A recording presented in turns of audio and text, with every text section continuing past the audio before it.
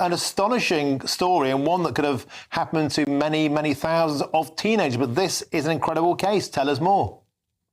Exactly, Martin. I mean, good afternoon. It's just yet another horror show of yet another British life looking like it's going to be ruined by injustices in Dubai.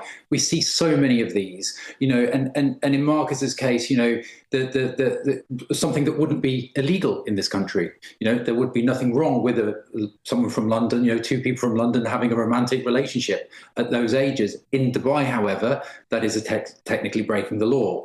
And it really is a horror show. And it's very easy in cases like this to blame Dubai. But the situation we've got here is that, Dubai is promoted by, whether it's celebrities, even our own politicians. Even Keir Starmer was there on Sunday, a day before the trial of this young man. Nothing was done to help him.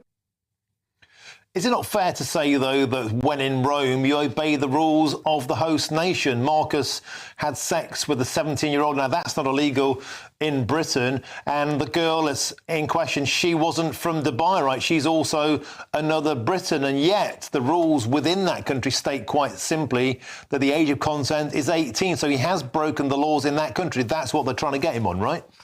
I think you've got a very good point there, I think. But the thing that sets Dubai apart here is that the people that run Dubai and the people that promote it is something very different. So all the people watching now, I'm sure when they look at Dubai, they think it's fine to go there and go to designer nightclubs and hang around on beaches and drink and do all of these things that you would do, for instance, in Ibiza. When the reality is that the laws are very little different to Saudi. It simply isn't safe. So it's misrepresentation of that country by celebrities, by influencers, by politicians. So, of course, ignorance of the law is no defence. But that's the problem that you've got. If you ask, I think, any kind of young person of Marcus's age or many people, is Dubai the perfect place for a holiday? Everybody would say yes. The reality is very, very different.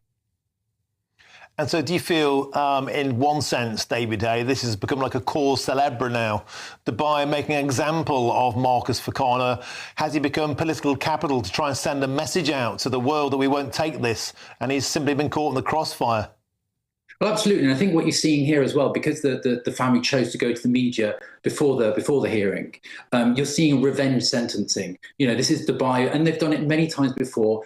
Angry that their country is, and their state has been brought up and their damage to their reputation. So it's a revenge sentence. I mean, this is something that, in the event that this has happened, a deportation would have been more than sufficient. You don't need to detain an 18-year-old for a period of a year in a foreign country. So that is a ridiculous sentence. And I do think you've got revenge sentencing going on here. And it's happened again many times. A lot of families think their only option is to go to the media for help because the Foreign Office is useless. They do that. That upsets the powers that be in Dubai, and you get a revenge sentence.